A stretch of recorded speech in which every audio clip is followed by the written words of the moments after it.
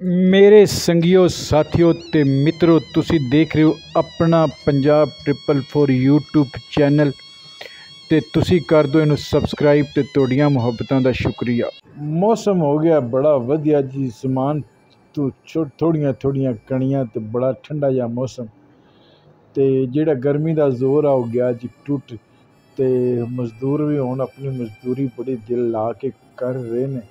ਤੇ ਤੁਸੀਂ ਸੰਗੀ ਸਾਥੀ ਦੇਖ ਰਹੇ ਹੋ ਆਪਣਾ ਪੰਜਾਬ 444 YouTube ਚੈਨਲ ਤੇ ਕਰ ਦਿਓ ਇਹਨੂੰ ਸਬਸਕ੍ਰਾਈਬ। ਤੇ ਇਹ ਵੇਖੋ ਵਿਊ ਵੀ ਬੜਾ ਜ਼ਬਰਦਸਤ ਬਣ ਰਿਹਾ ਹੈ ਜੀ, ਉੱਪਰ ਸਮਾਨ ਤੇ ਬਾਦਲ ਤੇ ਮੱਠੀਆਂ ਮੱਠੀਆਂ ਕਣੀਆਂ ਰਿਮ ਜਿਮ ਜੀ ਸ਼ੁਰੂ ਹੈ ਤੇ ਸਾਹਮਣੇ ਕਿਤਨੇ ਅੱਛਾ ਜਿਹਾ ਵਿਊ ਨਜ਼ਰ ਆ ਰਿਹਾ ਪਲਾਜ਼ਿਆਂ ਦਾ।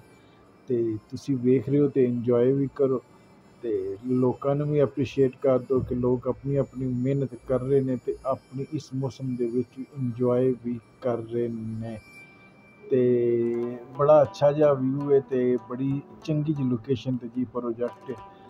ਤੇ ਵਸਦੇ ਰਹੋ, ਆਬਾਦ ਰਹੋ ਤੇ ਚੈਨਲ ਨੂੰ ਸਬਸਕ੍ਰਾਈਬ ਕਰਦੇ ਰਹੋ ਤੇ ਸੱਜਣ ਤੇ ਸੰਗੀ ਤੇ ਸਾਥੀ ਤੇ ਮਿੱਤਰਾਂ ਦਾ ਬੜਾ ਸ਼ੁਕਰੀਆ ਤੇ ਬੜੀ ਸਪੋਰਟ ਕਰ ਰਹੇ ਹੋ ਤੇ ਤੁਸੀਂ ਸਪੋਰਟ ਕਰਦਿਆਂ ਰਹਿਣਾ ਤੇ ਸਾਡੇ ਚੈਨਲ ਨੇ ਗਰੋ ਕਰਦਿਆਂ ਰਹਿਣਾ ਜੀ।